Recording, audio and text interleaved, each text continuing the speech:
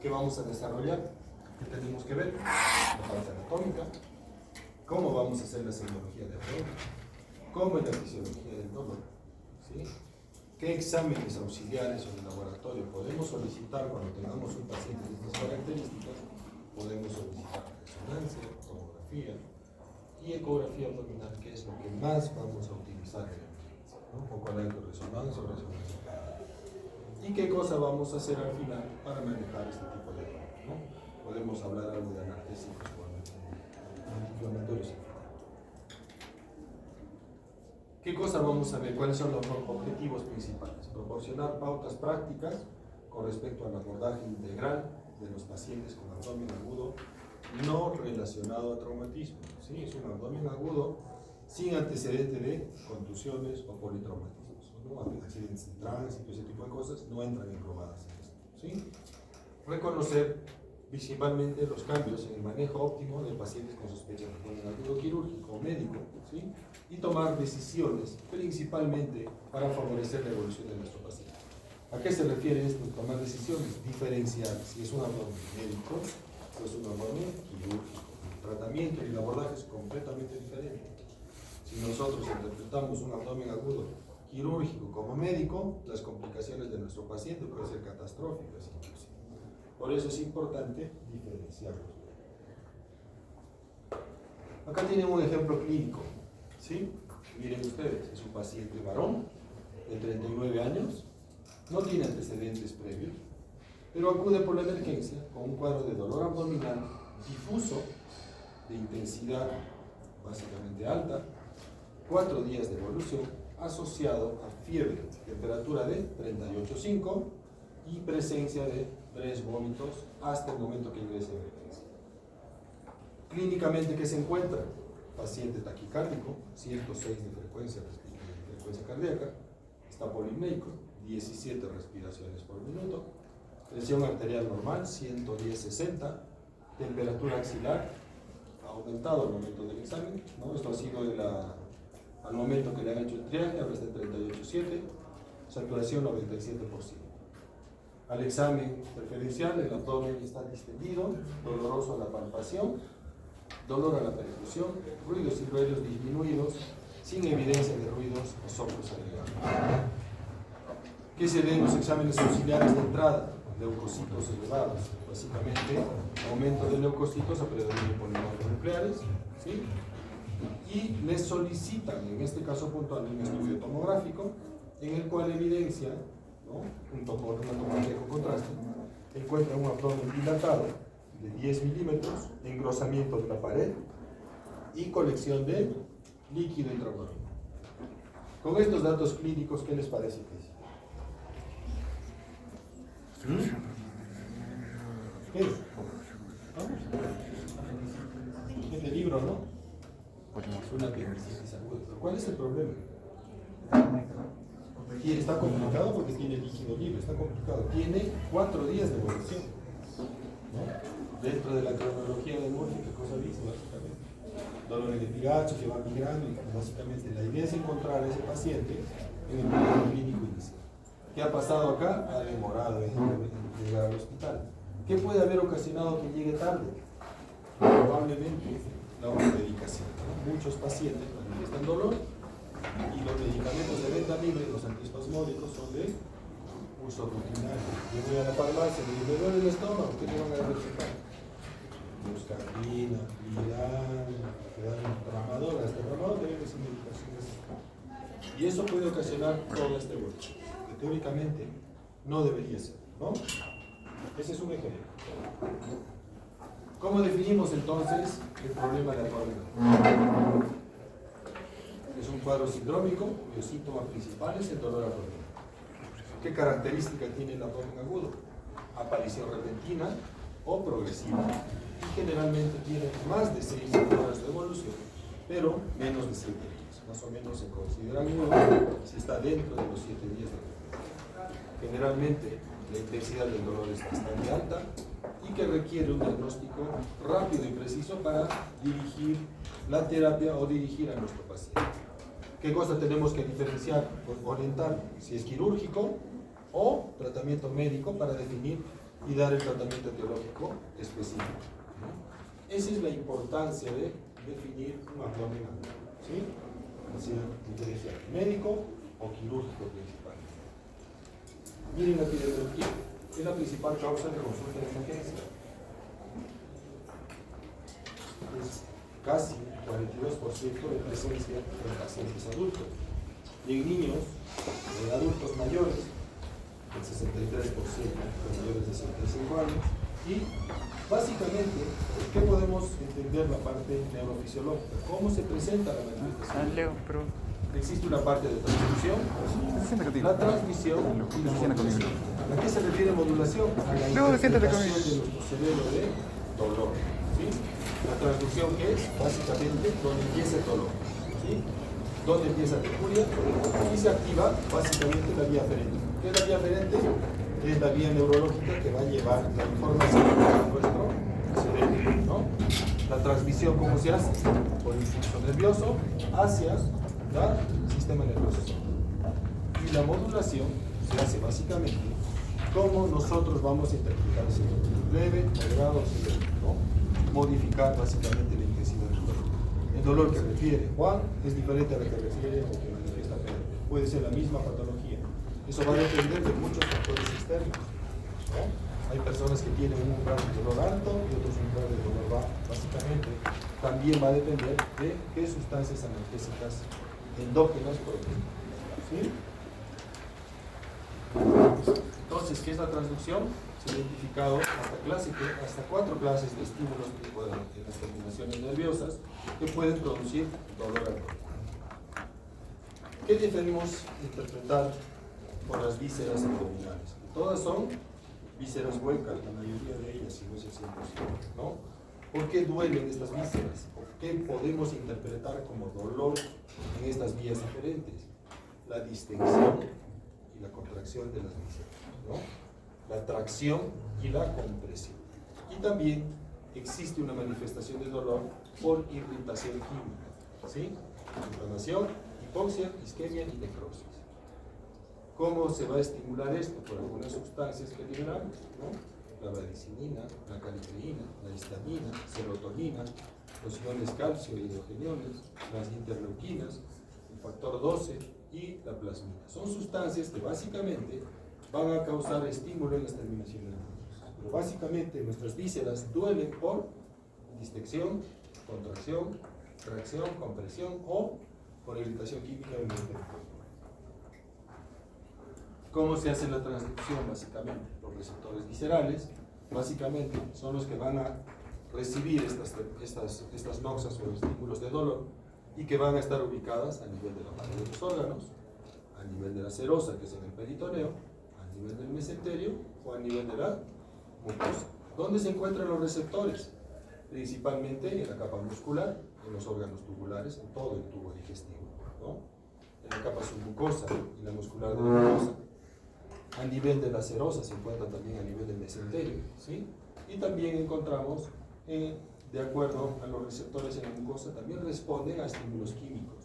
¿Qué pasa en este último caso? Si una úlcera es penetrante o perforada o muy profunda, tenemos un daño en la mucosa por el efecto químico del ácido clorhídrico, por ejemplo. Y eso en algunas personas se manifiesta como dolor. Pero hay otras personas que tienen úlceras profundas y no manifiestan dolor. Esto va a depender mucho de cada individuo. ¿Cómo se hace la transmisión? Básicamente, la primera neurona, incorporada básicamente a nivel visceral, llega a la médula espinal, que es a donde está la segunda neurona, y hasta el tronco cerebral. Y a ese nivel se estimula la región talámica, la corteza cerebral, y ahí es donde se hace consciente el dolor, ¿sí?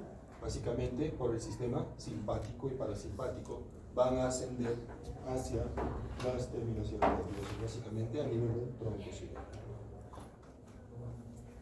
¿Cómo se hace la modulación? Básicamente es la capacidad de nuestro sistema nervioso de producir sustancias analgésicas. Si yo tengo dolor intenso, voy a producir algunas sustancias que van a bajar ese estímulo doloroso.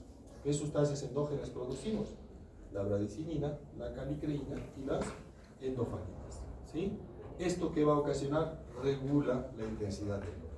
Probablemente a este nivel dependa cuánto de esta sustancia yo produzca para definir, ¿tengo mucho dolor o poco dolor? Pero la manifestación de dolor es muy subjetiva, depende mucho del individuo. No es muy valorable la intensidad del dolor de una u otra persona. La interpretación de dolor básicamente va a depender del paciente. ¿Cómo percibimos el dolor? Básicamente es el proceso final a nivel postrolándico, ¿no? Creando básicamente experiencias subjetivas y emocionales llamadas o interpretadas como dolor. Eso va a depender, como les decía, de cada individuo. No se presenta en la misma intensidad en cada persona. Un mismo agente causal de dolor, la misma lesión, no se representa de la misma manera en dos personas. ¿Sí? De acuerdo a esto que hemos hablado, tenemos tres tipos de dolor. Dolor visceral, o tres tipos de dolor: visceral, somático o parietal y el referido. Estas son las tres interpretaciones de dolor que podemos tener cuando tenemos alguna patología a nivel visceral o a nivel de intestino.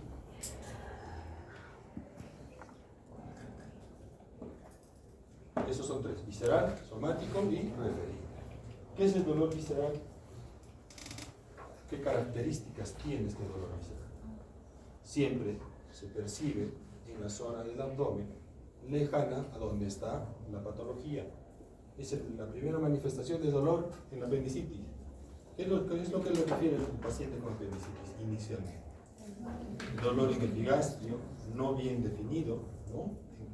Y que en el transcurso de las horas, a medida que va aumentando el cuadro inflamatorio, va descendiendo y se va localizando en cuadrante inferior derecho, fosa ilíaca derecha, ¿no? Ese dolor inicial es el dolor visceral. Generalmente mal localizado.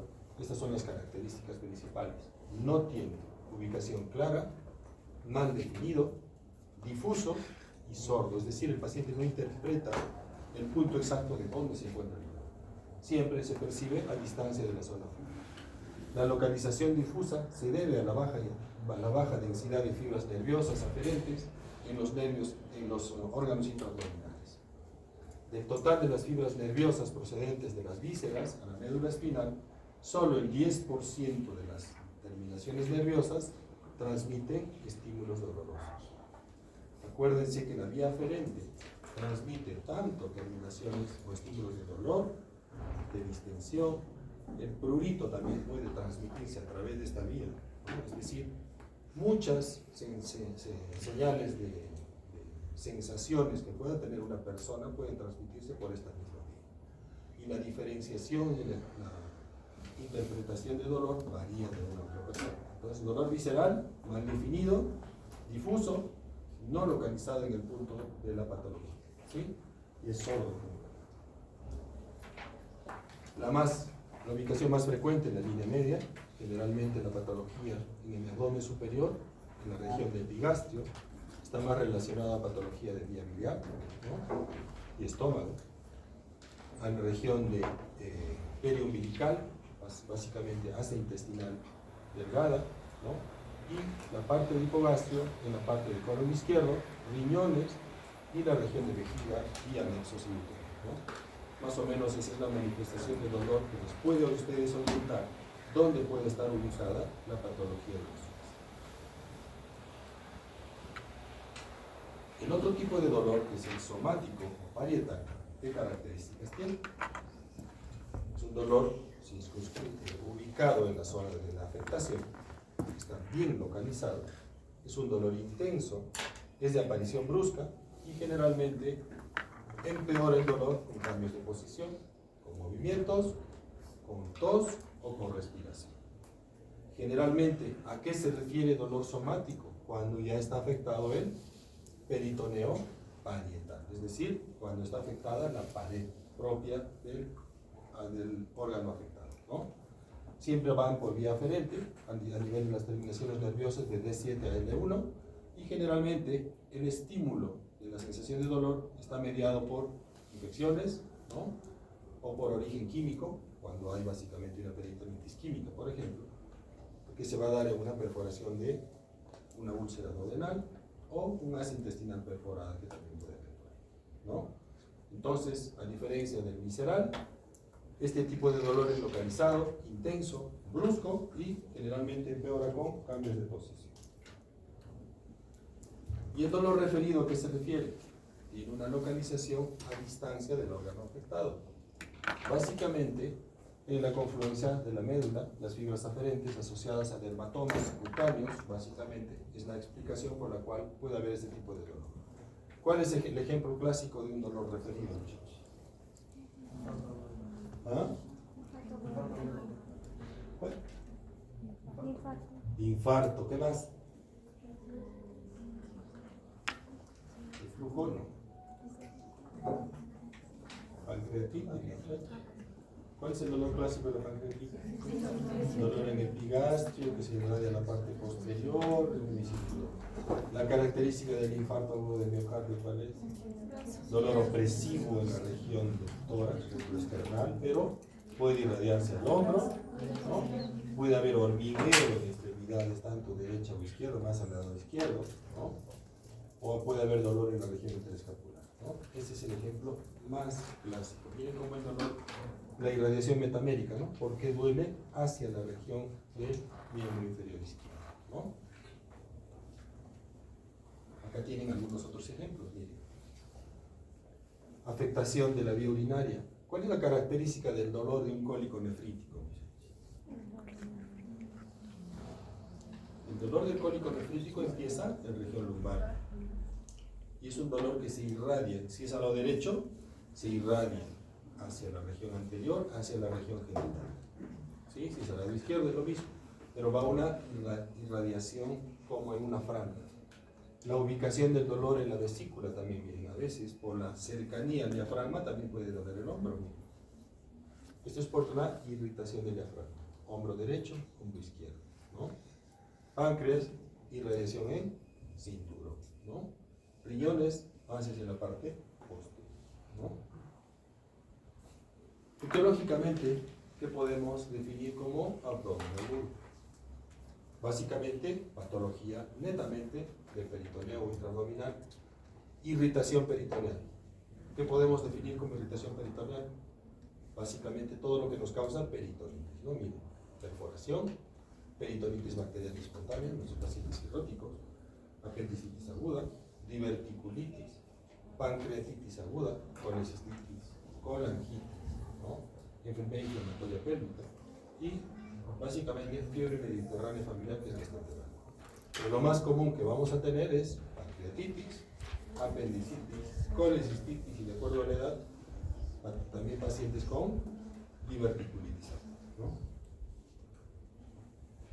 Otras etiologías, miren, trastornos de la mucosa visceral, en las cuales vamos a tener afectación de la mucosa, pero sin compromiso peritoneal. Una úlcera péptica penetrante puede ocasionar dolor, enfermedad inflamatoria intestinal, colitis infecciosa, esofagitis, cuadros obstructivos intestinales, una oclusión intestinal, obstrucción biliar, el hilio biliar también puede ocasionar oclusión, cólicos renales, distensión de la cápsula. Acuérdense que la distensión de la cápsula hepática, ¿no? La cápsula de Gleason, es una manifestación de dolor a nivel hepático, ¿no? Una hepatitis puede doler básicamente por el aumento de la glándula. La cápsula no es distensible. Cuando aumenta el tamaño del hígado es que hay presión y eso da manifestación de dolor.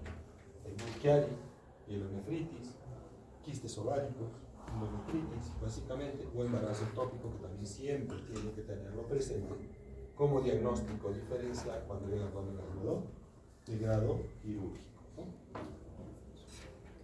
Afectaciones vasculares también pueden ocasionar dolor, isquemia intestinal, un aneurisma de aorta discecante, infarto esplénico, necrosis tumoral o destrucción tumoral, básicamente por afectación vascular. Y funcionales, síndrome del intestino irritable, dispepsia, ¿no? Y gastroenteritis viral o básicamente afectaciones a nivel cerebral. Como ven, la etiología es múltiple. Netamente abdominales son las que hemos visto, pero miren ustedes, también hay manifestaciones de dolor en la región fuera de la cara, ¿no? Radiculopatías, herpes zóster es una manifestación de dolor radicular que les puede ocasionar problemas al diagnóstico. Fibromialgia, ¿no? Pacientes con neumonía basal izquierda puede doler a nivel del hipocondrio derecho, o básicamente puede ser una manifestación de dolor similar a una colecistitis aguda, infarto del miocardio, generalmente de la cara diafragmática, neumotórax, empiema, ¿no? Infarto pulmonar. Y básicamente afectaciones metabólicas también pueden manifestar dolor, como la cetoacidosis diabética, ¿no? El estado cetoacidosis diabética, la uremia, la porfiria, ¿no? Algunas picaduras de insectos, las picaduras de escorpión, por ejemplo, dan manifestaciones de dolor intenso en la región del abdomen. Y la mordedura de arañas también puede haber manifestación de dolor, como espasmos o contracciones en la pared abdominal. Es básicamente lo mismo que hemos estado hablando, ¿no? De acuerdo a la ubicación del dolor, de acuerdo a lo que hemos visto semiológicamente, nosotros el abdomen lo podemos dividir o en 4 cuadrantes o en 9 cuadrantes. De acuerdo a la ubicación del dolor, nosotros podemos interpretar qué órgano puede estar comprometido, ¿sí? De acuerdo básicamente a lo que nosotros conocemos de anatomía. Si el paciente tiene manifestaciones de dolor en hipocondrio, en cuadrante superior derecho, yo tendré que pensar en patología de hígado, vía biliar, ¿no? Y básicamente el colon, el ángulo esplénico, el ángulo hepático del colon. Si es el cuadrante inferior izquierdo, puede ser el estómago, puede ser el colon izquierdo, puede ser el ángulo esplénico, puede ser el vaso.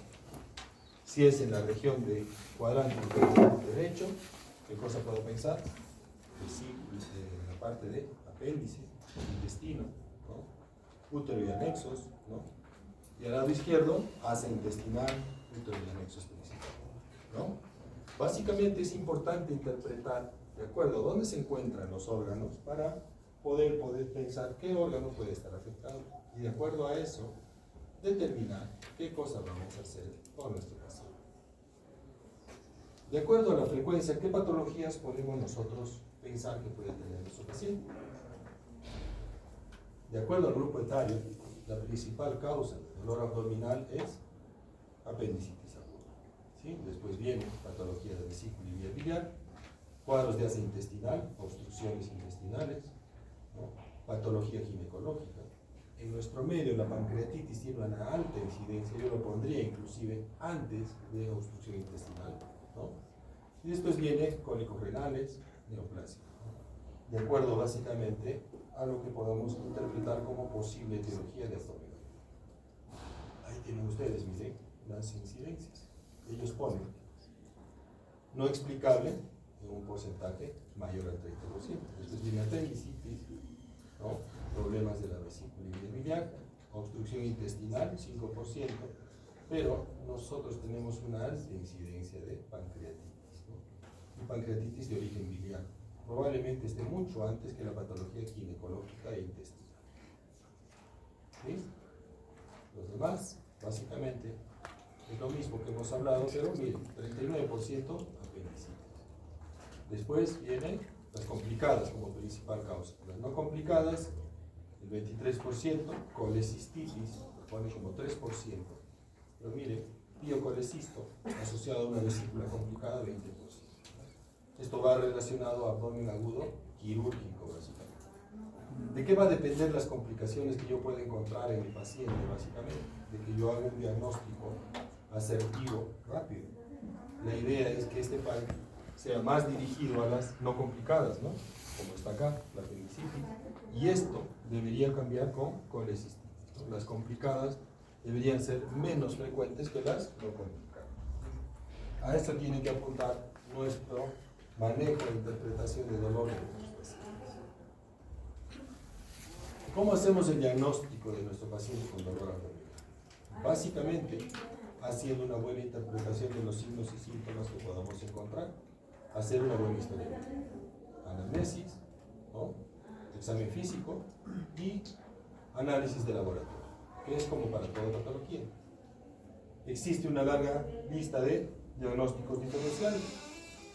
Va a depender mucho de la edad del paciente, depende del sexo, depende de los antecedentes quirúrgicos previos, antecedentes personales, Depende de las manifestaciones de dolor que pueda tener nuestro paciente, dónde se ubica, ¿no? Qué tipo de dolor tiene y la intensidad del dolor, ¿no? Cómo es la cronología del dolor, también es importante entenderla, ¿no? Esa cronología de Alicia Peca es bastante interesante y bastante importante utilizar, porque eso les puede ayudar a ustedes a poder interpretar dónde o qué está causando el dolor, qué factores alivian o empeoran el dolor, ¿sí? Y también buscar síntomas asociados, ¿no? Y algunos otros factores de riesgo. ¿Cuáles son los síntomas acompañantes más comunes? Como ven, en líneas generales, son muy generales, ¿no? Miren, náuseas, vómitos, fiebre, ¿no? Cambios defecatorios, síntomas ginecológicos, puede haber anorexia y melena. Cuando se melena un paciente que tiene dolor abdominal súbito, yo estaré sospechando más pues, en una probable perforación, ¿no? Si tiene reacción peritoneal positiva.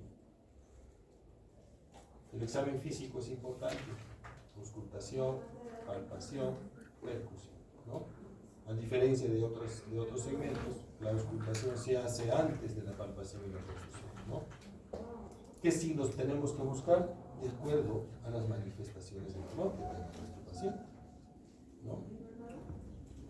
¿Qué sectores de la pared tenemos que interpretar? Como les decía, podemos dividirlo en 4 segmentos o en 9. La interpretación de 9 segmentos es la que más se utiliza, ¿no? Hipocondrio derecho, hipocondrio izquierdo, epigastrio, flanco derecho, flanco izquierdo, mesogastrio, y fosiliaca derecha, fosiliaca izquierda y en la región de hipogastrio. Esta nos ayuda más porque hacemos un espacio mucho más reducido, ¿no? También, de acuerdo a la manifestación de dolor, si mi paciente tiene dolor intenso en hipocondrio derecho, ¿no? ¿Qué voy a buscar? Está histérico, tiene dolor en hipocondrio derecho. ¿Qué puedo pensar que es? Una colecistitis aguda o una colecitiasis, una colangitis, ¿no? Si tiene fiebre, ictericia y dolor, unidad de Charcot, ¿qué puedo estar pensando? Colangitis aguda, ¿no? ¿Qué voy a buscar? El signo de Murphy. ¿Qué busca Murphy básicamente? El punto de Murphy es un punto que se encuentra entre la cicatriz umbilical y la línea axilar anterior. El punto donde cruza el reborde costal es el punto de Murphy.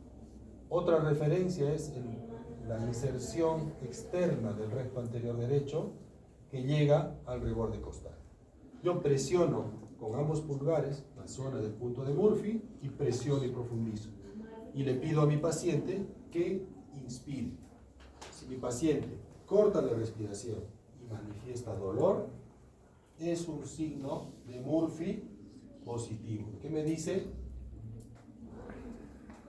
¿Qué dice, muchachos? ¿Ah? Es colecistitis aguda hasta que no demuestre mejor. ¿Sí? Punto de McBurney.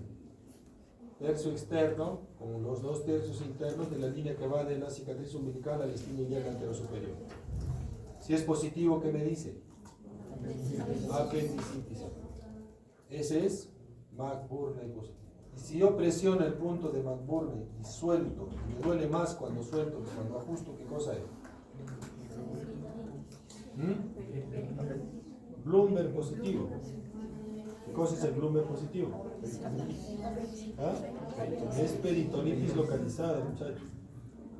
McBurney apendicitis, Bloomberg peritonitis. ¿Sí? Hay otro signo de la tos positiva que le han puesto Dumpy, ¿no? Básicamente es un signo que ustedes al paciente cuando lo examinan le dicen tosa. Si el paciente al toser manifiesta dolor en fosiliaca derecha, también les orienta a pensar en apendicitis. Cuando revisen apendicitis van a encontrar una cantidad de puntos dolorosos, ¿sí? Porque el apéndice no tiene una ubicación estándar, ¿sí? El Bloomberg es lo que les comentaba. Duele cuando suelto. Eso es peritonitis. ¿Qué análisis de laboratorio le voy a pedir? Esto va a variar de acuerdo a lo que yo esté sospechando, ¿no? Hemograma, hemoglobina, hematocrito, grupo sanguíneo y factor, tiempo de protrombina e INR, tiempo de coagulación, el tiempo de sangría. Acuérdense que yo estoy pensando que este paciente va a entrar a la sala de operación. Tengo que anticiparme algunos análisis que le van a pedir como prequirúrgico, ¿no? Si yo le pido un hemograma y después de unas 2 horas digo, oye, es un apéndice, tengo que solicitarle otros análisis, voy a esperar otras 2 horas para tener esos resultados.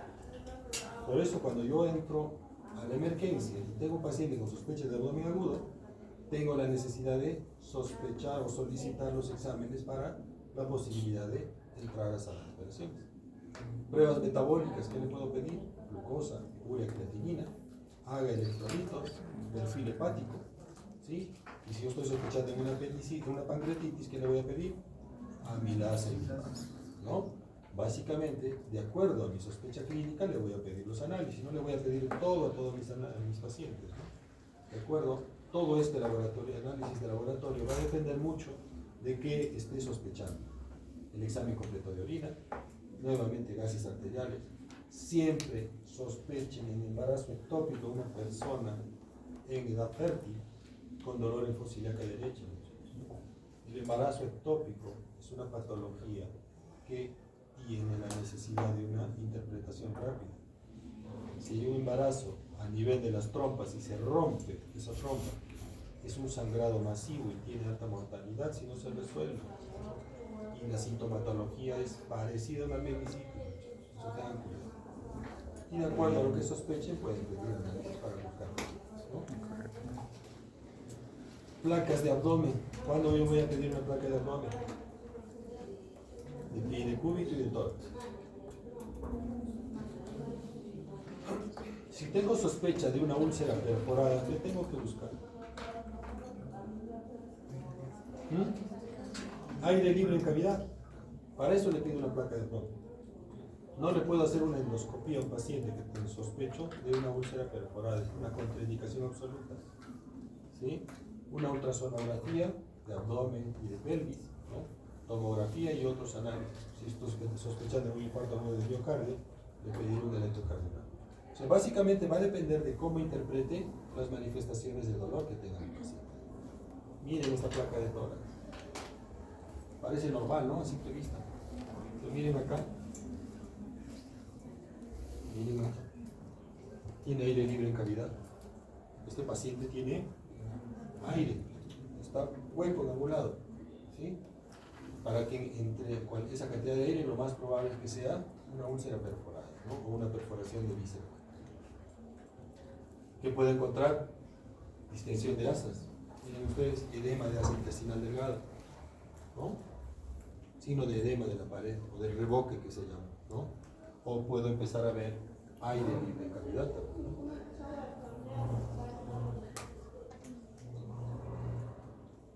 ¿Qué me va a buscar la ecografía?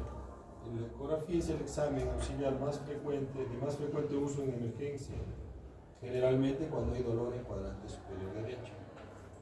¿Qué voy a buscar? Básicamente cuadros inflamatorios en el vesicular. Esta es la pared vesicular. Miren esta pared vesicular engrosada, ¿no? Hay contenido líquido por fuera de la vesícula. Esa es una colecistitis aguda. ¿Sí? O puedo encontrar esto, ¿no? Si yo tengo una pancreatitis, normalmente, ¿cuándo le van a hacer la tomografía a un paciente con pancreatitis? Con contraste. Después de las 72 horas, ¿no? Pero en algunos casos, yo puedo solicitar una tomografía sin contraste, porque esa primera es sin contraste, y puedo ver estas lesiones, ¿no? Si no tengo una explicación lógica de por qué tiene el dolor el paciente, puedo solicitarlo. Pero si tengo amilasa y lipasa altísima, lo más probable es que sea una pancreatitis. Ahí se ve un borramiento de la cabeza del páncreas, ¿no? Pareciera que estuviera formando una conexión. Acá también pareciera que hay una conexión.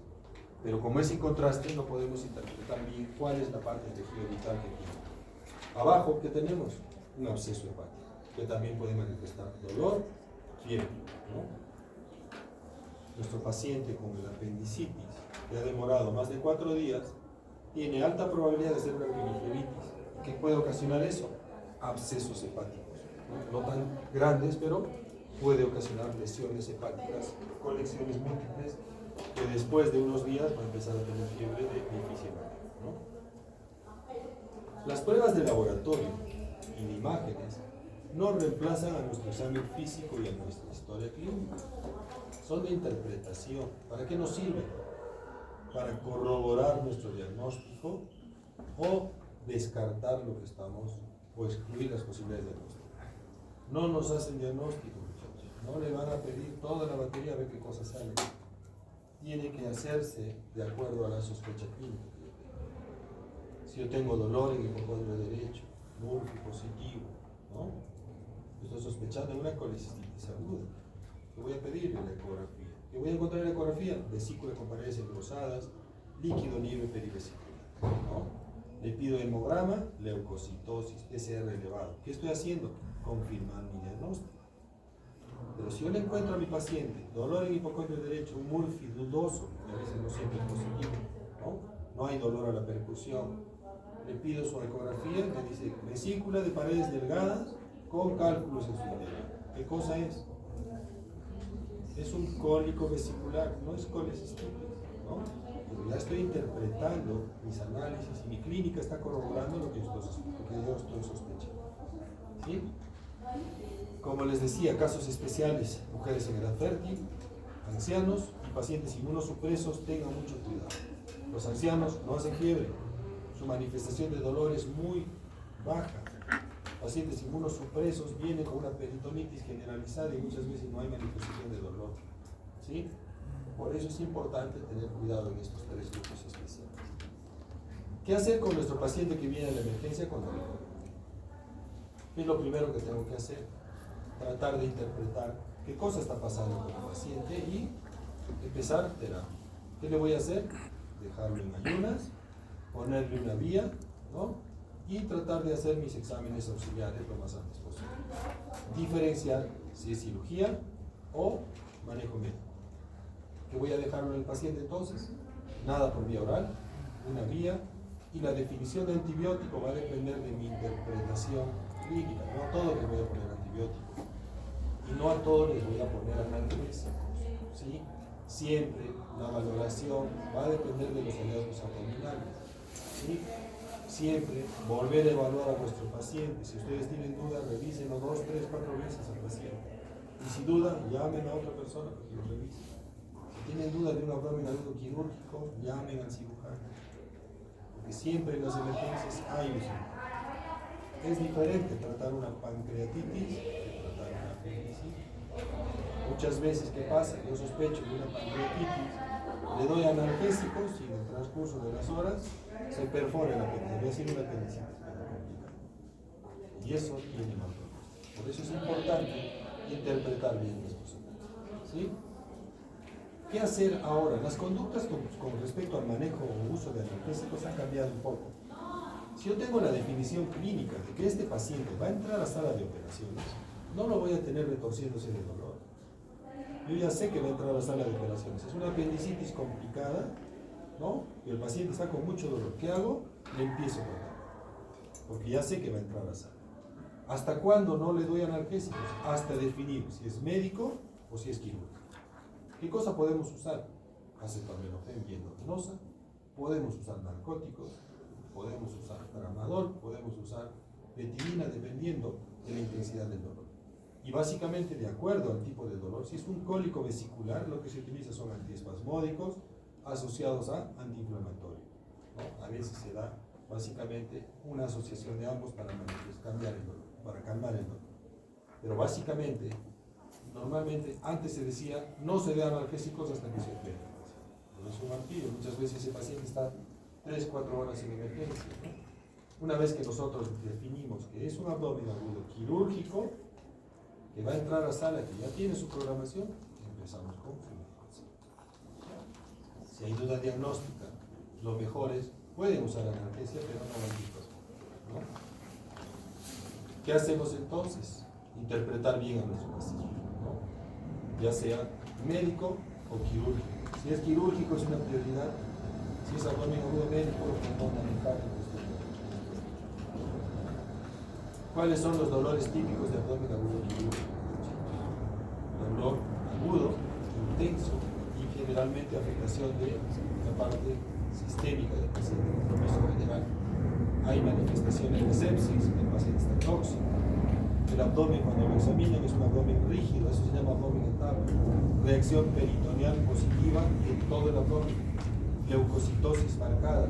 Y si encuentro aire libre de cavidad, ese neumoperitoneo que han visto en la placa anterior, eso es una indicación de abdomen audíofilo. No hay duda. Si tengo aire libre de cavidad, ese paciente tiene que entrar a la sala de operación.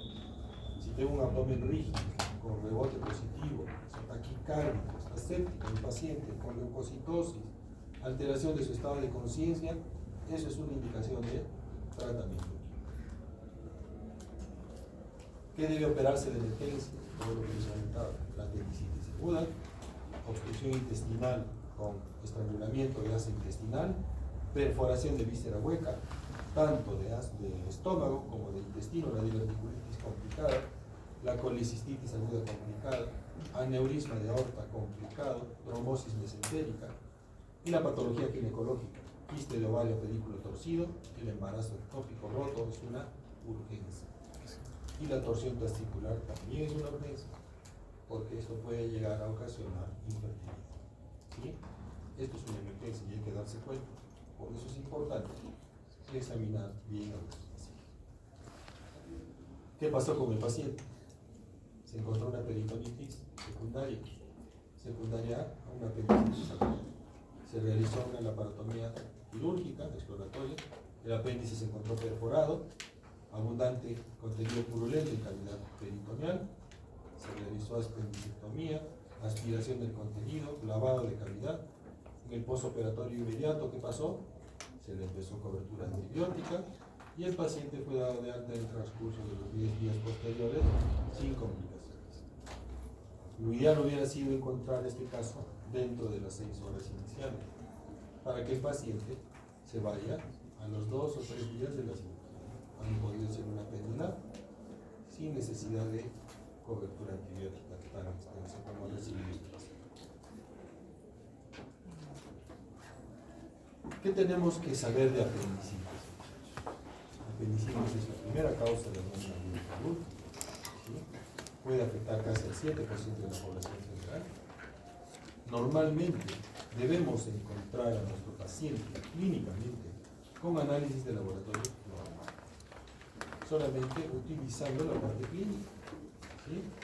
¿Qué podemos encontrar? Magburney positivo, ¿no? Y generalmente esa cronología de dolor en epigastrio que va descendiendo en el transcurso de las horas hasta ubicarse en fosilea cardíaca. Generalmente un paciente en el periodo inicial de apendicitis lo encuentran solo clínicamente. El paciente está con astenia, hiporexia, puede haber náuseas y la característica clásica del dolor. Dolor epigástrico que en el transcurso de las horas va a migrar. Yo le pido leucocitos, hemograma, por ejemplo, con el recuento leucocitario, y ese hemograma está normal. PCR probablemente normal, ¿no? ¿Cuándo yo encuentro alteraciones? Básicamente cuando ya está complicado. ¿Cuál es la fisiopatogenia de la pandemia por la cual se produce la apendicitis? Se ha encontrado que son 2 causas principales. Una es obstrucción del conducto del orificio ventricular por fecalitos, y el otro es hiperplasia de los folículos linfáticos.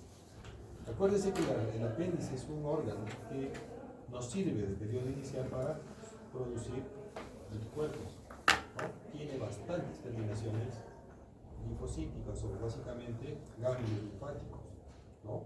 Y esto generalmente, cuando hay un cuadro inflamatorio, un paciente que tiene un resfrío, por ejemplo, puede ocasionar que estos ganglios se inflamen, a eso se llama adenitis mesentérica. Se inflama, se obstruye el orificio y empieza el componente inflamatorio, ¿no? Edema de la pared, migración de bacterias, ¿no? Translocación bacteriana, y ahí es donde empieza la secreción purulenta y la perforación. Es importante la secuencia del dolor, como les decía, ¿no? Manifestación de dolor epigástrico que va migrando en el transcurso de las horas a fosa ilíaca derecha. Generalmente, ¿qué tenemos que acordarnos de esto? Miren ustedes qué pasa en nuestros pacientes. Generalmente manifestaciones atípicas no son muy frecuentes, pero siempre acuérdense que el apéndice no tiene la misma ubicación. Puede ser subhepático, puede ser retrocecal, puede ser mesoceliaco, retroiliaco, pélvico, ¿no? Y en algunos casos excepcionales puede estar al lado izquierdo, antes y inverso. Generalmente, siempre tengan presente que algunos pacientes utilizan inmunosupresión, usan antibióticos, usan antiinflamatorios, usan corticoides por alguna otra patología. ¿Y eso qué puede ocasionar? Que tengamos manifestaciones típicas del dolor. ¿Qué puede pasar con esos pacientes que debuten o que den manifestaciones clínicas cuando ya están con una apendicitis complicada, con alteración del sensorio, sépticos, ¿no? Y generalmente tener cuidado siempre en los grupos inmunosupresos, en las edades extremas de la vida, principalmente en niños muy pequeños o en ancianos, ¿no? Miren, son las ubicaciones más comunes, ¿no? Básicamente, miren, lo más común que duela cuadrante inferior derecho, ¿no? Pero si es retrocecal, ¿dónde va a tener dolor? Puede tener dolor en la región lumbar, o flanco. Si es retroiliac, ¿dónde puede doler? En la región testicular. Puede simular una hernia del canal inguinal o puede simular una torsión testicular. Pélvico, dolor suprapúbico. Miren, las manifestaciones de dolor en la apendicitis son muy variadas. Por eso es que han visto, van a revisar cuando revisen semiología, que hay una gran cantidad de maniobras semiológicas para interpretar el dolor de apendicitis. ¿Qué encontramos en una apendicitis aguda? Lo clásico, que esté todo normal.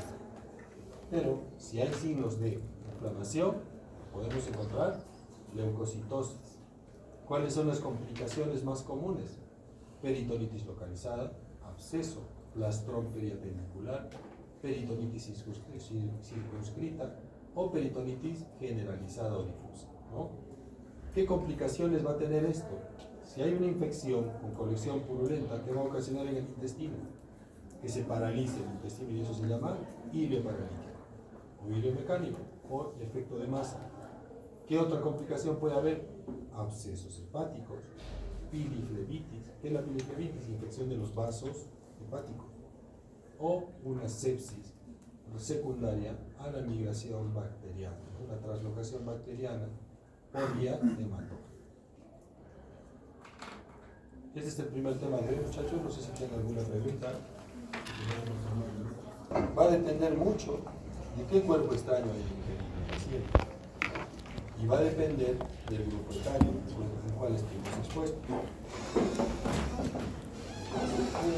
Tenemos dos ejemplos. Tenemos un paciente, varón de 7 meses, que vive en Cusco, ¿no? Nació básicamente antes del pretérmino, perdón, y tuvo amenaza de aborto en el primer trimestre, ¿no?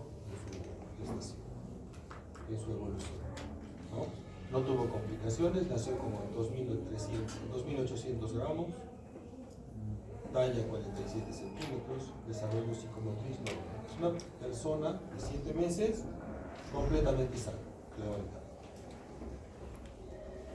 Empiezan sus síntomas un día antes, un día y medio antes. ¿Y qué características tiene? ¿No? La mamá refiere que tiene tos, ¿no? Predominio matutino. El paciente come y vomita, no está cianótico, pero empiezan a ver o evidenciar temperatura axilar de 39 grados, 92 de frecuencia cardíaca, ¿sí? Y acude a la emergencia al hospital en 2 ocasiones. Por los síntomas del paciente, por esa tos seca de predominio matutino, le interpretan que es una crisis asmática. O puede haber sido un cuadro viral que está ocasionando problemas respiratorios. ¿Qué hacen con el paciente? Lo nebulizan y le empiezan a cubrir. Cuando empieza a recibir el tratamiento, ¿qué empieza a tener el paciente? Estridor inspiratorio, dificultad para respirar, motivo por el cual se hospitaliza. Todo esto parece una crisis asmática o un pseudocrup, ¿no? Por la edad del paciente.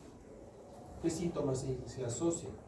Dolor torácico, y llama la atención que el niño empieza a tener cialorrea. En momentos tiene dificultades para respirar, ¿no? Y básicamente se interpreta como si estuviera viendo compresión a nivel. O sea, estos dos síntomas, cianorrea y dolor torácico, se agregan en el transcurso de la evolución del cuerpo. De acuerdo a esto, pareciera que fuera un problema netamente respiratorio, ¿no? Le hacen su placa de tórax. ¿Qué ven ahí, muchachos? ¿Qué le llama la atención? Aparte de esa cablería que tiene, ¿no? Esos cables son del monitor. No es algo más, no es que se ha corrido. ¿Cuál es la parte más patológica? ¿Ven o no? ¿Esto es normal? Acá hay algo metálico, ¿no? ¿Qué cosa será? ¿Moneda? No es moneda. ¿Batería? ¿Batería de qué sería? Una pila 2 AAA. ¿Qué más pasa? ¿Tapa de qué? ¿La tapa del lapicero se ve así? Corcho, es metal eso. Es más brillante que su columna. Miren ustedes su columnita. Y esto es mucho más brillante. Si ustedes lo comparan, toda la cablería es metálica, ¿no? Esto es metal. Esto es metal. Es metálico. Ah, no, que se ha comido chiquito, ¿no? Juguete, algo se va a comer. Es un carrito. ¿Qué? ¿Qué es esto? Acuérdense que todo cuerpo extraño es una emergencia clínica que requiere manejo rápido. ¿Qué cosa tenemos que hacer? Hacer lo que se ha hecho, una placa, y determinar si lo podemos sacar para resolver los síntomas del paciente. Tenemos que restablecer el tránsito esofágico de manera adecuada y que tenemos que evitar complicaciones. ¿Qué es más común? ¿En qué grupos etarios es más común? Niños y ancianos. Generalmente, pacientes de la tercera edad o pacientes que utilizan prótesis completas. Las prótesis dentales completas utilizan o tienen un paladar. ¿Han visto a los abuelitos, no? Tienen un paladar completo pegado, un paladar blando y un paladar duro. Eso lo que ocasiona es que no tengan sensibilidad cuando hacen la masticación. Mastican 2 o 3 veces un pedazo de comida y se lo pasan, ¿no? En cambio, cuando no tiene paladar, ¿qué hace? Masticas varias veces y cuando ya está pequeño, puedes pasar, ¿no? Eso se da muchas veces en personas que tienen prótesis dentales. ¿Dónde se detienen más frecuentemente los cuerpos extraños? Tenemos principalmente a nivel del músculo cefalófaringo, ¿no? Está más o menos entre 15 y 17 centímetros de cada dentaria. A nivel del callado aórtico, estamos viendo 3 centímetros de cada. Y también es más común si el paciente se aspira con el cuerpo extraño, ¿dónde se va a encontrar? ¿Cuál es el bronquio más recto? ¿Derecho o izquierdo? Derecho. ¿Derecho? ¿Cuál es? ¿Ah? Recto, dijo. Si el paciente pasa su vía respiratoria, va a tener problemas. Pero básicamente, acuérdense que el bronquio izquierdo hace también una compresión a nivel esofágico. Entonces tenemos compresiones a nivel del esfínter esofágico superior, cricofaringeo, a nivel del callado aórtico, a nivel del bronquio izquierdo, y una vez a que entra el esófago al diafragma, también hay un área de compresión. Estas son las zonas más comunes donde se detienen los cuerpos extraños. Una vez que pase el cuerpo extraño al estómago, las probabilidades que se retenga en el intestino delgado o en el intestino grueso son bastante bajas, salvo que sea bastante largo, ¿sí? Que van a ver ahorita algunas cosas que se comen los pacientes. Estas son las zonas de mayor complicación. ¿Dónde se detiene más frecuentemente? Esfínter esofágico superior cricofaringeo, casi el 84%. Estrechez aórtica, 17%. Esfínter esofágico inferior, 9%. ¿Cuáles son las reglas de oro de nuestros pacientes? De acuerdo al cuerpo extraño, básicamente, que se encuentre en el momento de que haga el diagnóstico, yo tengo que determinar que debe ser extraído. Si está en una zona accesible para el endoscopio, yo debo retirarlo. Siempre se debe estudiar la peligrosidad del cuerpo extraño. Acuérdense que puede ser punzo penetrante. Acuérdense que pueden ser pilas de moneda. Las pilas de moneda es lo peor que puede haber en este mundo, ¿sí? Lo que más daño puede ocasionar el esófago. Se debe hacer estudio radiográfico siempre antes de un estudio endoscópico, ¿sí? Si hay sospecha de perforación, ¿sí? Debe hacerse una radiografía previa, ¿sí? O solicitar una tomografía si yo estoy sospechando neumonía. ¿Sí? Estas son las zonas de mayor índice de retención. Esfínter esofágico superior, callado óptico, ¿no? A nivel de donde cruza el bronco izquierdo y a nivel del ingreso del esófago hacia el otro. ¿Qué se comen los niños? Lo más común, moneda. ¿Qué hacen las mamás? Le dan su monedita para que se distraiga el niño. La ingestión suele ser resultado de la curiosidad oral natural que tiene y se produce de manera inadvertida. La mamá no le da para que se coma, o el papá no le da la moneda para que se coma la moneda. Generalmente es accidental. ¿Cuándo tenemos problemas? Cuando el paciente tiene alteraciones psiquiátricas. Los pacientes psiquiátricos se comen de todo. Se comen desde cucharas hasta cepillos dentales. O sea, van a encontrar de todo. Lo más común, las monedas, ¿no? Es lo más frecuente de encontrar. Llaves, botones, canicas, juguetes pequeños, piezas de juguete, alfileres y al que más temor le tenemos a esas baterías de reloj o las baterías de los juguetes nuevos. La mayoría de juguetes actualmente tienen estas baterías, ¿no? Que los hacen básicamente juguetes independientes, si me puede llamar así, ¿no? Pero estas baterías son muy peligrosas. ¿Por qué son peligrosas a diferencia de las largas? ¿Por qué? Vamos, hablen muchachos, no les escucho. ¿Ah? ¿Por qué es más peligrosa esa batería a diferencia de la batería convencional que conocemos? ¿Por qué? La otra es más grande. Si te comes una batería gigante, pero es más peligrosa esta. ¿Por qué? ¿Ah? No, nada. Son baterías de litio.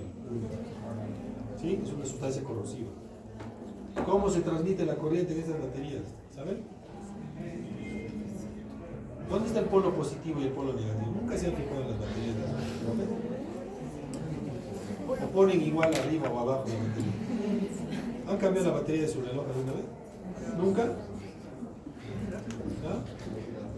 ¿Cómo se ponen esas pilas? En un solo sentido. Siempre va en un solo sentido. El polo positivo está al medio y el polo negativo está al costado. La periferia es el polo negativo y el centro, polo positivo. ¿Qué significa? Que el contacto de la mucosa con este exterior, con esta cara, ¿qué ocasiona? Transmisión de corriente. Entonces tenemos otro factor dañino. Es una sustancia corrosiva que es el litio y te genera quemadura por electricidad. Por eso que son peligrosas, tienen doble daño. Ahora van a ver lo que se encuentra en el esófago. Pero miren, ingesta incidental o accidental, intencional, mejor dicho, pueden comerse de todo, ¿no? Los cepillos dentales, palillos de dientes, clavos, tachuelas, agujas, prótesis dentales, que esto es accidental, cepillos dentales, vidrios, y también tenemos los burritos. Los burritos, ¿cómo se llaman los que llevan droga? La mula, ¿no? Bolsitas de droga.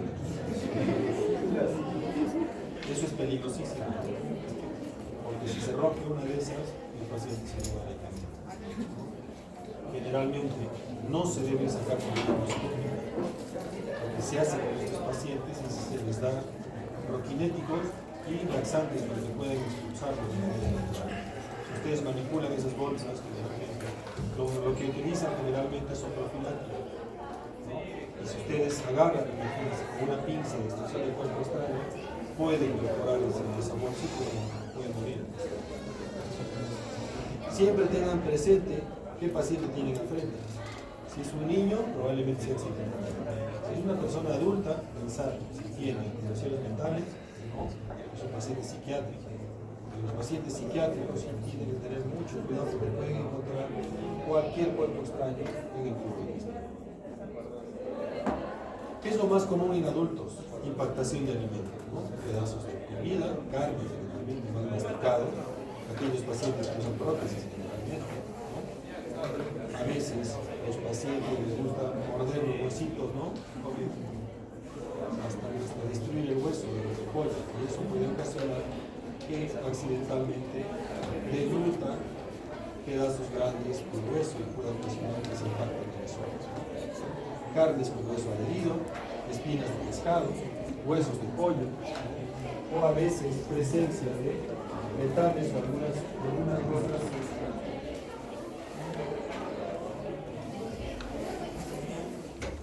Algunas cosas que accidentalmente pueden estar dentro, ¿no? ¿Han comido ustedes carne de cordero acá en el Cusco? ¿Cómo les corta la casera las carnes? Trozos de carne. Usa hacha, ¿no? Eso es el peor problema cuando comes carne. Porque cuando tú astillas el hueso, ese hueso generalmente se incrusta dentro del músculo y a veces pasa desapercibido cuando uno está comiendo, ¿no? ¿Qué problema tiene el hueso del cordero? Es filo, puntiagudo y es duro, ¿sí? Tiene astilla, ¿no? Igual que el hueso de pollo cuando se fractura, ¿no? Todo eso hay que tener cuidado. Otra cosa que hay que tener cuidado es con las colitas del camarón, ¿no? Se comen entero y eso ya se puede detener. Algunas cosas que tienen que tener presente. Miren, ajos enteros también se pueden emitir. O huesos de fruta también. La cáscara del durazno, la ciruela, de todo pueden encontrar. Generalmente, lo más común en adultos es ingesta accidental de alimentos con detención de huesos dentro o trozos grandes de comida mal deglutidos, ¿no? Mal masticados. O a veces uno está comiendo pescado y puede haber ingesta accidental de una espina de pescado, que también es complicado, ¿no? Y siempre interrogar la posibilidad de que haya habido cuadros previos. Hay muchos pacientes de la tercera edad que acuden a la emergencia de manera reiterada con atragantamientos. Son pacientes que probablemente tengan algún problema, anillos esofágicos o membranas, o divertículos, ¿no? O estenosis pépticas, que pueden estar asociadas a este problema. Y también patología neoplásica. Acuérdense que el cáncer de esófago es proliferativo, estenosante. Si uno come un pedazo de carne y hay una estenosis esofágica, lo más probable es que ese alimento se retenga, ¿no? Donde esté. La mayoría de cuerpos extraños pasan desapercibidos. Uno tiene la sensación de atragantamiento, hace un esfuerzo, toma líquido, lo deglute y pasa. Si una vez que llega al estómago, no hay riesgo de que se retenga en otro sitio, ¿no? Salvo que sean rígidos y largos. Miren ustedes, una cuchara es imposible que salga del estómago, ¿no? O un cepillo de mugre, ¿no? O fijadores de pelo. Miren este, muchachos. Lo de arriba, acá. Lo de arriba, la primera imagen de arriba. Es una cuchara, ¿no? Miren la de frente y la de perfil. Es una cuchara que va prácticamente desde la boca y está prácticamente llegando o entrando hasta el esófago cervical. Lo de abajo, ¿qué es? Es la barba de un choro, ¿no? O de una ostra. ¿Qué es importante saber de los síntomas que va a manifestar nuestro paciente? Si es un adulto, lo más probable es que les comente qué es lo que ha comido y con qué se ha atorado. Pero si es un niño, generalmente tenemos que creer lo que nos dice el papá o la mamá. Generalmente, ¿qué pasa con los papás? Saben que el niño tiene una moneda y de un momento a otro no encuentra la moneda alrededor del niño, ¿no? Empiezan a notar que el paciente empieza a tener sensación de ahogo, quiere vomitar, empieza a tener cialorrea, dolor, dificultad para deglutir, ¿no? Muchas veces el cuerpo extraño no se sospecha, ya que el paciente solamente empieza a tener irritabilidad y rechazo a los alimentos. ¿Qué es lo que ha pasado con este niño, no?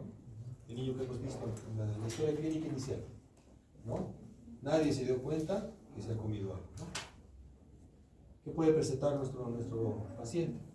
Dificultad respiratoria, aumento de la frecuencia respiratoria, tos, sibilancias y disfonía. Si yo encuentro sibilancias o estridor inspiratorio, lo más probable es que el cuerpo extraño esté en vía respiratoria.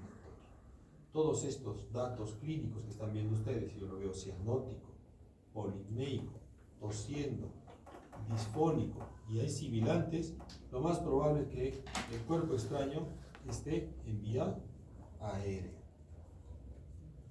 En adultos, siempre preguntar qué ha comido. Lo más probable es que el adulto le diga, oye, he comido pescado y se me queda un hueso. Es lo más común. ¿Qué siente? Disfagia, dolor, sensación de cuerpo extraño. Y él les va a decir, me duele acá, ¿no? Básicamente esa interpretación de dónde le duele al paciente les puede a ustedes hacer sospechar dónde se encuentra el cuerpo extraño. Lo más común es esfínter esofágico superior, ¿no? Pero a veces el paciente tiene una estenosis péptica a nivel de la unión esófago-gástrica y el paciente tiene dolor retroesternal, ¿no? Dificultad para deglutir, náuseas, vómitos y sensación de ahogo, que es lo más común. También va a depender de si ha sido o no sometido a un examen. Esto que ven acá es una cápsula endoscópica. Es un instrumento que utilizamos para visualizar el intestino delgado. Tenemos nosotros que saber que esto tiene un diámetro mayor al de una cápsula convencional. Más o menos tiene 2 centímetros de longitud y casi 10 milímetros de diámetro. Entonces hay que pasarlo con bastante líquido y siempre tener la exploración o la evaluación de ese esófago para ver que no se quede retenido, ¿no?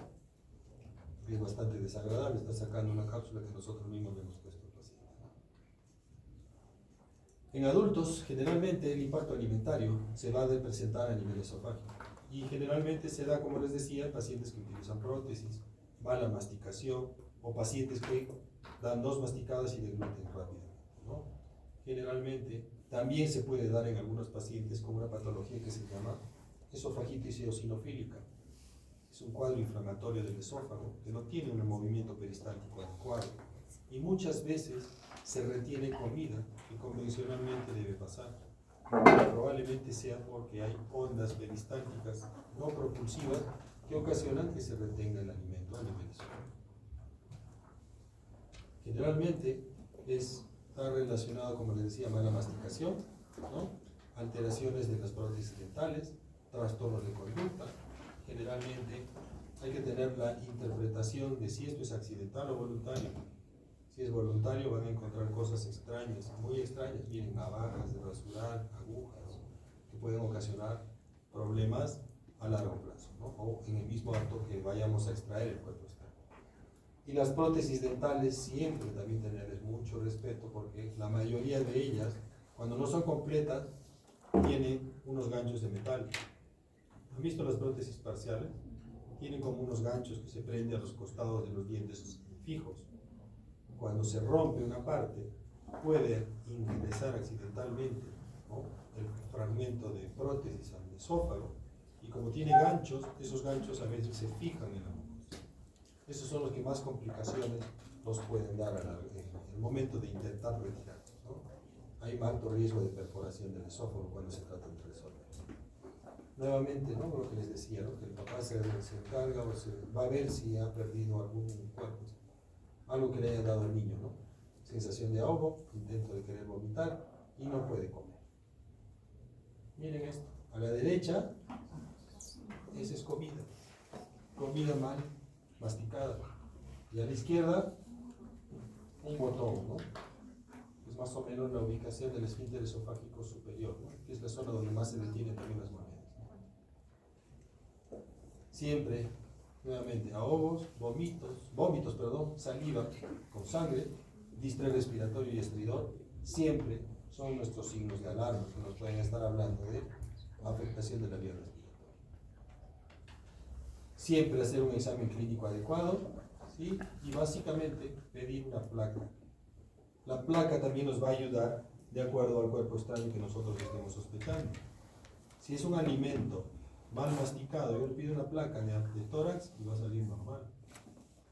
¿Cuándo me va a servir? Cuando yo esté sospechando que es un hueso de un animal de carne, por ejemplo, donde haya básicamente un tejido óseo, porque tampoco se va a ver si es espina de pescado, ¿no? Siempre buscar signos de perforación, ¿no? Si yo lo examino a mi paciente y le encuentro un enfisema subcutáneo en la región cervical o por encima básicamente la región cervical anterior, yo estoy sospechando de que ese esófago está perforado, ¿no? Y no le puedo hacer una endoscopía. ¿Cómo corroboro que hay aire libre en el mediastino, que hay una perforación? Pidiendo básicamente una radiografía, voy a ver aire libre fuera de la vía digestiva, o puedo pedir una tomografía en la cual también voy a ver aire a nivel mediastino. Esto es lo más común. Siempre pedir una placa de frente y lateral para determinar si está a nivel esofágico o está a nivel de la vía respiratoria. ¿Sí? La vía respiratoria es siempre más anterior, ¿no? La vía digestiva está pegada a la columna, ¿no? Y voy a ver básicamente la interpretación de una imagen paralela a la columna, ¿no? Cuando está netamente a nivel esofágico. Eso es una moneda. Acá tienen otra moneda, pero miren al lado derecho, un piercing, miren. Se ha salido probablemente su seguro y se ha deglutido. Una vez que esté en el intestino, lo que hay que hacer es seguimiento y observación. Las probabilidades que se retenga a ese nivel son bastante bajas. ¿Qué se utiliza para este tipo de pacientes? Usar proquinéticos, usar algún laxante para que estimule el movimiento intestinal. Normalmente va a ser expulsado con las deposiciones, ¿no? Pero este cuerpo extraño que está retenido en el esófago es poco probable que progrese. Y si pasa al estómago, por el tamaño del paciente, lo más probable es que tampoco pueda ser expulsado del estómago hacia la segunda porción del duodeno. Esto básicamente es una moneda de 50 céntimos, miren, ingesta accidental. Pero miren la del lado derecho. Es algo metálico, puntiagudo, ¿no? Son los que más peligro nos ocasionan, ¿no? Los más daño nos ocasionan. Ese cuerpo extraño está en el estómago. Lo que hay que hacer es tratar de hacer una endoscopía para tratar de retirarlo, ¿no? ¿Y de dónde lo van a jalar? ¿De la punta? Hay que jalarlo de la parte roma generalmente, ¿no? Para que no te ocasione daño y no se incruste en la mucosa esofágica. Hay unos protectores que se ponen en la superficie, en la parte de la punta del endoscopio, que hacen como una cobertura cuando llega al estómago, ¿no? Básicamente para poder traccionar ese cuerpo. La evaluación clínica siempre es importante, ¿no? Y siempre, muchachos, la ingesta accidental de pila de moneda es una emergencia. El daño de la mucosa por el efecto eléctrico y la extravasación de la sustancia corrosiva ocasionan daño de la mucosa. Es lo que les mencionaba. El litio que tiene dentro de su composición y la electricidad que transmite ocasiona doble daño. Quemadura por electricidad y quemadura por sustancia corrosiva. Este es el peor escenario que puedan tener. Esa imagen de doble halo que vean ustedes en una placa, eso es una pila de moneda. Y con esto tienen que fastidiar al gastroenterólogo mañana, tarde y noche hasta que vengan a consultar. Tiene que resolverse lo antes posible. Pila de moneda encontrada, pila de moneda que debe ser retirada. No puede esperar, no le pueden decir no voy a ir mañana a ver. Ese paciente debe ser resuelto inmediatamente, porque si no va a ocasionar lo que le voy a mostrar ahora. Estos son los accesorios que podemos utilizar cuando hacemos la endoscopía. Estas pinzas especiales. Podemos usar balón, podemos usar estas pinzas son de extracción de cuerpos extraños, ¿no? Diente de ratón, ¿no? Diente de cocodrilo, o básicamente podemos usar una canasta o un asa de polipectomía, ¿no? Son varios accesorios que va a depender básicamente del ingenio del que haga el procedimiento para poder retirarlo, ¿no? Tratar de utilizar lo que tengas dentro de tu armamento terapéutico, ¿no? Esta es una moneda.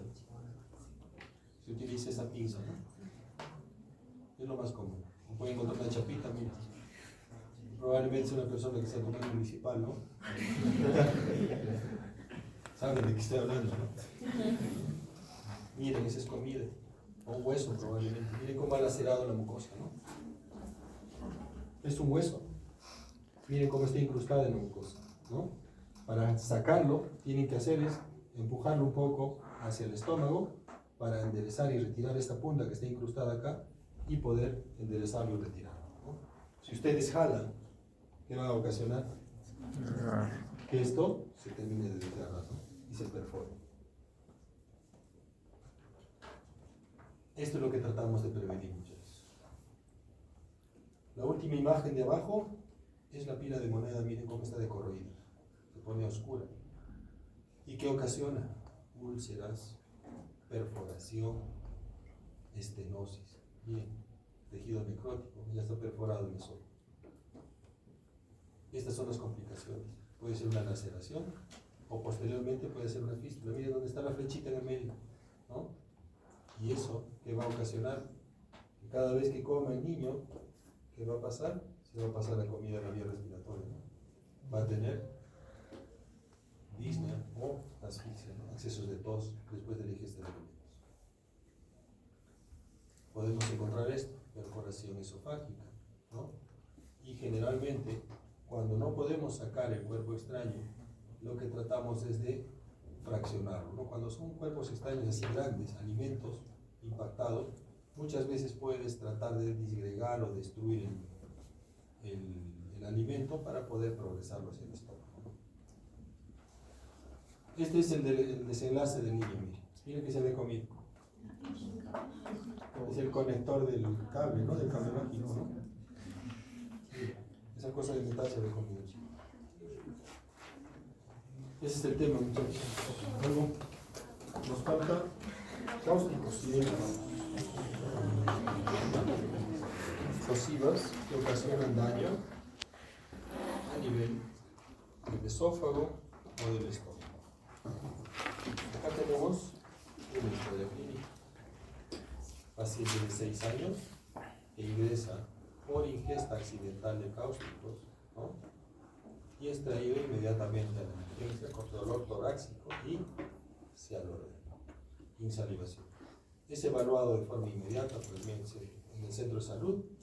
¿Y qué le encuentra cuando le revisan la cavidad oral? Eritema en la región orofaringe. Yo le abro la boca y veo enrojecimiento. Por el antecedente del cáustico, es referido a un hospital de mayor nivel para su evaluación y tratamiento. Este es otro caso. El primero es accidental, ¿no?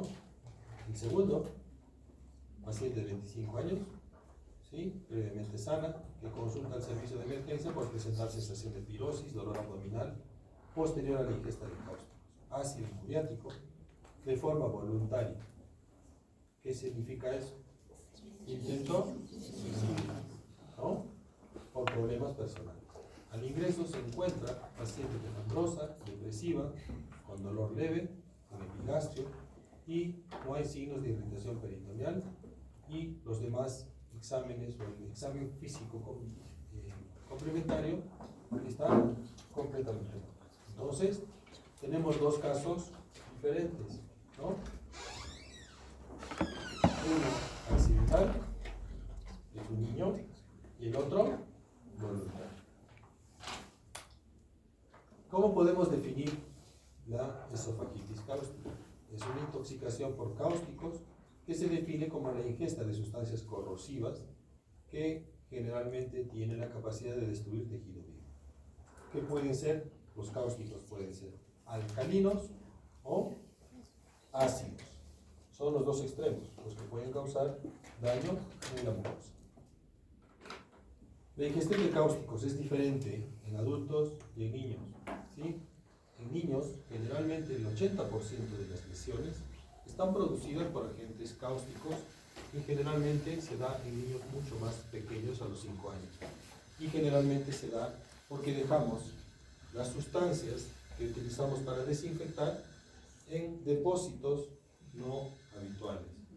¿Qué significa? Yo tengo una botella de Coca-Cola y le echo lejía ahí para guardarla, ¿no? Mínimo usan una lata de cualquier cosa, ¿no? Puede ser que sea una ensalada de frutas y la dejo justo debajo del lavatorio de la cocina.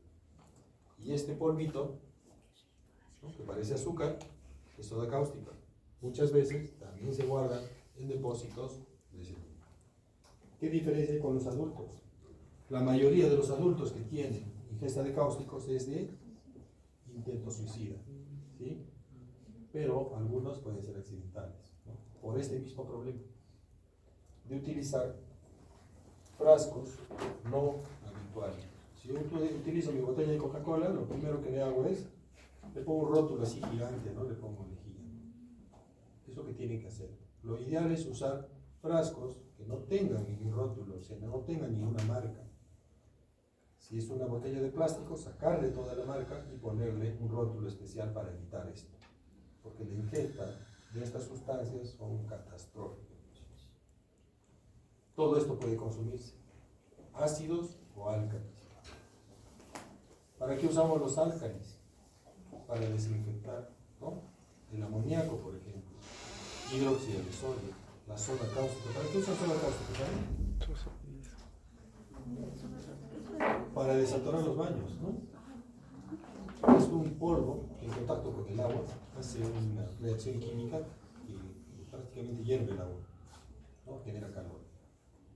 El hidróxido de sodio, soda cáustica, lejía, generalmente limpiadores de hornos, destapadores de cañerías, removedores de pintura, ¿no? Hidróxido de potasio, desengrasante, en las pilas de reloj también hay, hidróxido de amonio, en las quitamanchas, cloruro de amonio, limpieza de inodoros, hipoclorito de sodio, blanqueador o desinfectante. ¿Cuál es el más común? El hipoclorito de sodio, la lejía famosa, ¿no? Y dentro de los ácidos, el más común, ácido muriático, ácido sulfúrico, ¿no? Generalmente son limpiadores sanitarios, son de venta libre muchos de ellos, ¿sí? Ácido sulfúrico en las baterías, ácido acético, muchas veces se utilizan para cocinar, para hacer ceviche, ¿no? De repente la cantidad de la concentración es muy alta y eso puede ocasionar daños sanitarios, ¿no? El ácido bórico como antiséptico, ¿no? ¿De qué va a depender el daño? Del tipo de cáustico ingerido, ya sea álcali o alcalino, es diferente, de la cantidad y la concentración del cáustico y del tiempo de contacto con la mucosa. Este último dato es importante, ¿sí? Porque muchas veces el paciente entra en emergencia y ¿qué es lo que yo hago? ¿Qué es lo que van a hacer con el paciente que se toma lejía? ¿Ah? ¿Quiénes le van a hacer lavado gástrico? Levanten la mano. ¿O quién le va a inducir el vómito? Bien, muchachos, lo que no hay que hacer es eso, ¿sí? Porque si no, yo voy a ocasionar doble daño en ese esófago. Induzco el vómito y esa sustancia que ha ingresado al retirar, al expulsarla, va a ocasionar nuevamente. No se deben usar neutralizantes, muchachos. ¿Por qué? Si yo me tomo lejía y le doy ácido a mi paciente, ¿qué pasa? ¿Qué pasa cuando juntan un ácido con un álcali? ¿Ah? Nunca han jugado. Calienta, empieza a burbujear, si echan al ácido muriático le echan lejía, se empieza a burbujear, hierve el agua. Ese es un efecto térmico dañino también para el tejido. Por eso es importante saber que esto puede ocasionar un daño térmico. O sea, básicamente lo que hay que hacer es no usar neutralizante, ¿sí? Porque el efecto, la manera como neutralizas, como dentro de la reacción química, es generar calor. ¿Qué tenemos que saber de los dos tipos de cáusticos? Tenemos ácidos y tenemos alcalinos, ¿no? ¿Qué va a ocasionar el ácido? Necrosis por coagulación. ¿Qué significa? Causa pérdida de líquido, forma una escara y hay menor poder de penetración. Salvo que sea una cantidad grande que se perfore de primera intención. Pero si normalmente es una pequeña cantidad que va a ocasionar pérdida de líquido, formación de una escara ahí, lesión o daño superficial. ¿Qué ocasiona el álcali? Destrucción por licuefacción. ¿Qué significa? Va a ocasionar destrucción de grasa, saponificación, trombosis capilar, desnaturalización de las proteínas. ¿Qué va a hacer? Retiene más agua y ocasiona una quemadura térmica por hidratación en profundidad. Gran poder de penetración. Esa es la diferencia entre los dos tipos de álcali, de las sustancias corrosivas que puedan consumir nuestros pacientes. Si es ácido, necrosis por coagulación, son lesiones superficiales, y álcali, lesiones por licuefacción y ocasionan destrucción en profundidad. ¿Qué es la necrosis por licuefacción entonces? ¿No? La licuefacción es la que producen los álcalis, ¿no es cierto? Daño en la mucosa. El solvente ingresa. Entre el cuarto y quinto día se forma una escara. Hay trombosis, destrucción de tejido y empieza a causar destrucción del tejido en profundidad. Inicialmente en la mucosa y en el transcurso de los días puede llegar hasta la capa muscular, ¿no? ¿Qué va a ocasionar después del quinto día? Si la lesión es superficial, empieza a formarse nueva mucosa, ¿no? Reepitelización, formación de colágeno, fibrosis, ¿no? Empieza a haber retracción de tejido a partir del quinto día. Tercera, cuarta semana, ¿qué va a ocasionar? Retracción de tejido. Esta es la evolución natural de la ingesta de álcalis, ¿no? Dependiendo de la cantidad y de la extensión de la lesión, podemos encontrar esto. Este es un esófago normal y todo esto es compromiso retráctil cicatrizal del esófago secundario a la ingesta de sustancias alcalinas. La complicación más grave de esto es estenosis a largo plazo. Retracción, disminución del tamaño del esófago y disminución de la luz. ¿Qué manifestaciones clínicas van a tener nuestros pacientes? Básicamente, podemos tener manifestaciones tempranas o tardías, ¿no? Generalmente, ¿qué vamos a tener en nuestro paciente? Disfagia, odinofagia, dolor, ¿no? Estridor inspiratorio, si hay compromiso de la vía respiratoria, disfagia, odinofagia, disfonía, ¿no? Y dependiendo de dónde se encuentre el compromiso, ¿no? Si la lesión es en parte más baja, que va a tener dificultad baja, disfagia baja que se llama, ¿no? La disfagia, acuérdense que la podemos dividir en disfagia alta o disfagia baja, ¿no? La disfagia alta, ¿qué significa? El paciente siente que pasa la comida, pero se retiene a nivel cervical. Y la baja deglute, pero siente que el alimento se detiene detrás del pecho, ¿no? En la parte del estómago. Si hay mucha irritación, dolor abdominal, náuseas, vómitos, y puede haber sangrado. Si el paciente vomita, puede ser hepatitis. Las complicaciones tempranas de estas sustancias, ¿qué van a ocasionar? Generalmente perforación, ¿sí? La perforación de esófago asociado a infección del mediastino, la mediastinitis y formación de abscesos a ese nivel, tienen alta mortalidad. El paciente hace sepsis con una alta mortalidad. Si el esófago se perfora, nuestro paciente va a ser mediastinitis. Miren cómo se ve la silueta cardíaca. Se delimita bien, ¿no? Y acá, aire, ¿no? Aire mediastino. ¿Qué pasa si se perfora el estómago? Voy a tener neumoperitoneo y peritonitis, ¿no? Una peritonitis química. ¿Qué voy a encontrar? Aire en cavidad abdominal. Se pierde la... ¿Dónde se ubica más fácilmente? ¿Cómo yo ubico neumoperitoneo en un paciente? ¿Ah? Debajo del lado derecho del diafragma, ¿no? Se ve una línea. Y clínicamente, ¿cómo voy a encontrar neumoperitoneo en mi paciente? Cuando yo sospecho que hay neumoperitoneo.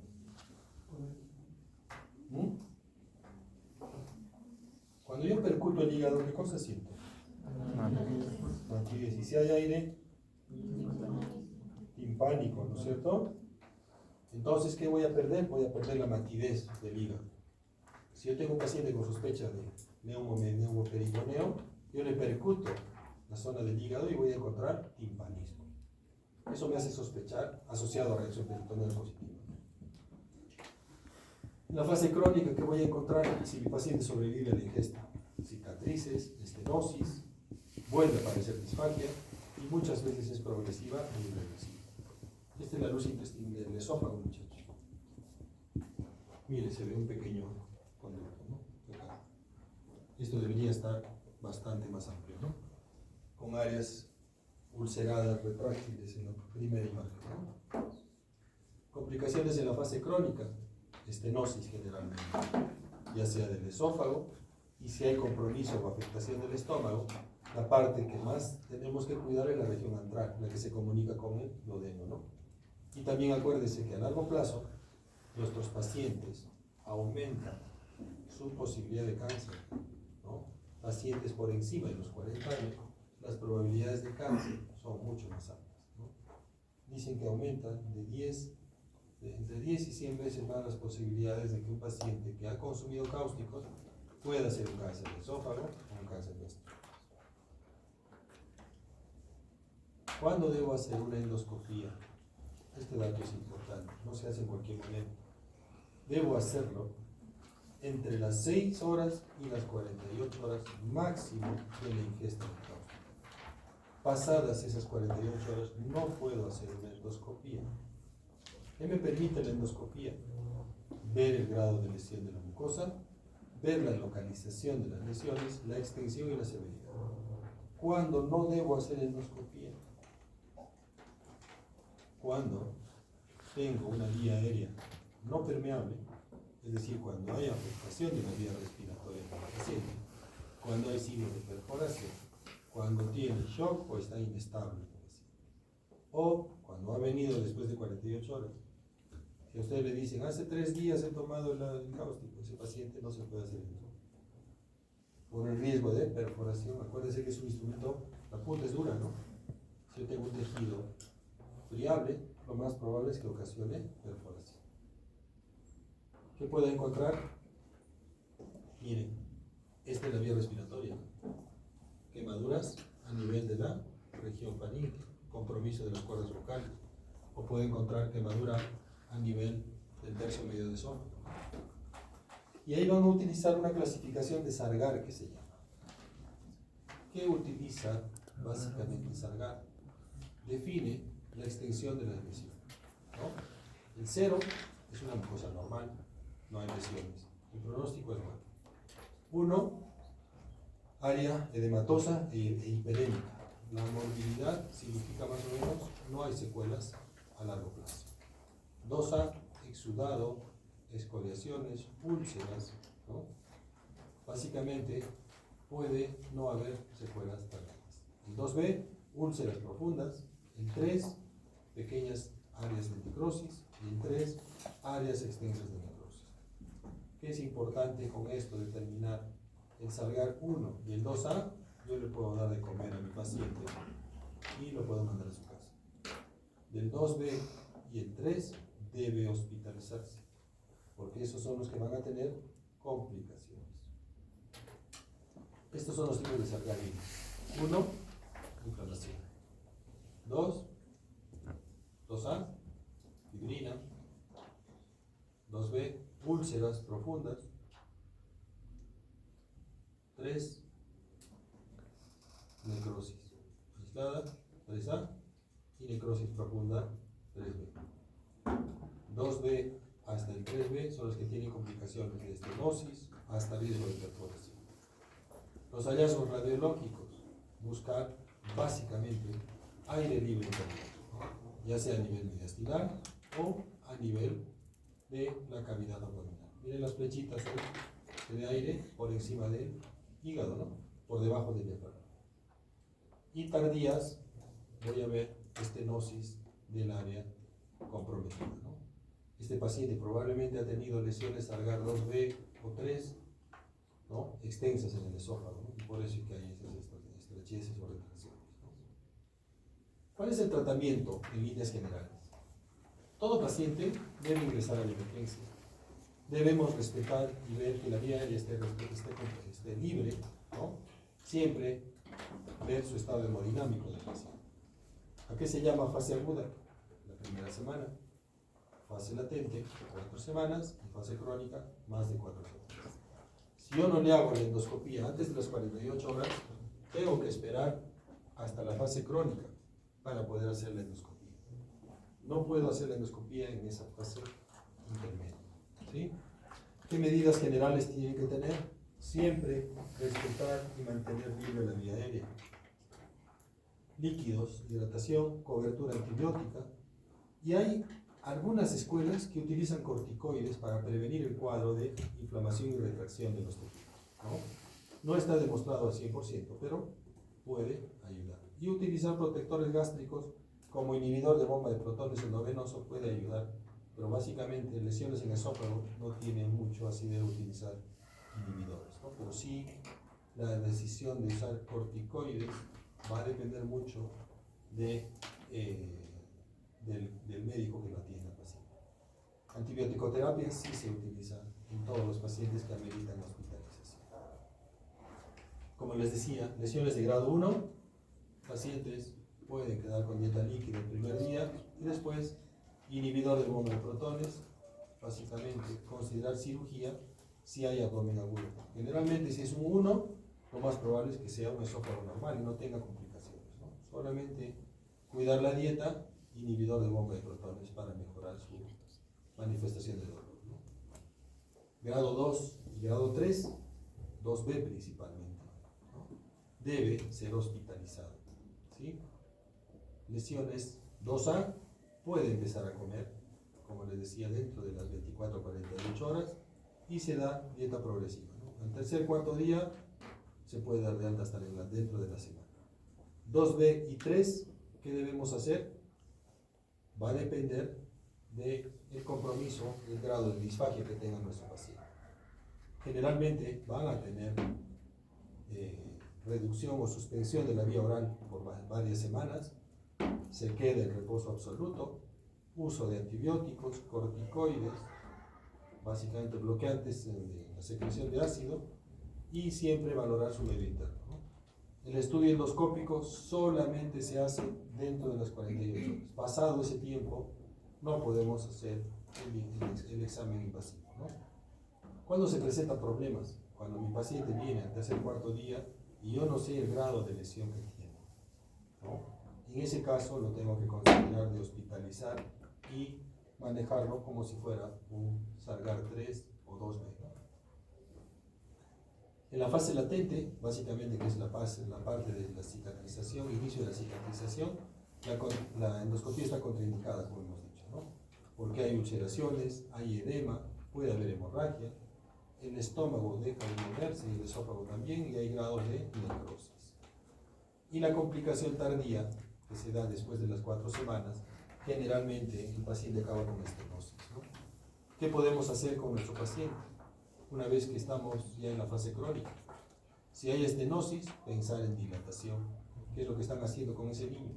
Se están pasando estas bujías que se llaman sábanas, ¿no? Y hay de diferentes diámetros, ¿no? Y se va pasando de manera progresiva hasta llegar a la restitución del diámetro estándar de ese esófago. Si hay compromiso extenso, lo más probable es que el paciente acabe en cirugía, ¿no? Una gastrectomía total o una resección de esófago con transposición colónica, ¿no? Esto es lo que hacen, ¿no? Esofagectomía con esófago anastomosis o gastroesófago anastomosis, es decir, suben el estómago hacia el esófago hasta la parte que está comprometida, o la transposición colónica, que es lo que se ve al otro lado, ¿no? Se usa el colon transverso para reemplazar el esófago, ¿no? Se hace una unión a nivel de la faringe, la parte superior, y la parte distal se anastomosa al estómago, ¿no? Como ven, las complicaciones por ingesta de estas sustancias son bastante malas, ¿no? Para los pacientes, y la sobrevida no es muy agradable para los pacientes cuando sobreviven, ¿no? Cuando tienen que hacerse ese tipo de cirugías. ¿Qué pasó con nuestros pacientes? Miren, el niño, ¿qué le encontraron? Eritema con membranas gigantes. ¿Qué cosa es? Es un Sargar 2A, ¿no? Se indica dieta líquida, sale de alta dentro de las 24 horas. paciente no requiere ninguna molestia posterior y no le requiere ningún tratamiento adicional. ¿Qué pasó con el segundo? Las primeras 12 horas del ingreso se realiza endoscopía para valorar lesiones del esófago y establecer su pronóstico. Miren, lesiones del esófago. De acuerdo, esto es un 2A, ¿no? Pero miren el estómago. Hay necrosis extensas. Esto es un Sargat 3B. ¿Qué complicaciones va a tener? Durante la evolución posterior, paciente presenta hiporexia, vómitos, náuseas constantes, y por lo cual se realiza una nueva endoscopía, encontrando cicatrices fibróticas en el antro, retracción y estenosis pilórica secundaria. ¿Qué hay que hacer? Esta es la estenosis, ¿no? Ya cicatrizó el tejido, pero hay estenosis. Si es una estenosis puntual, o sea, como un anillo, se puede hacer dilatación. Caso contrario, es cirugía, ¿no?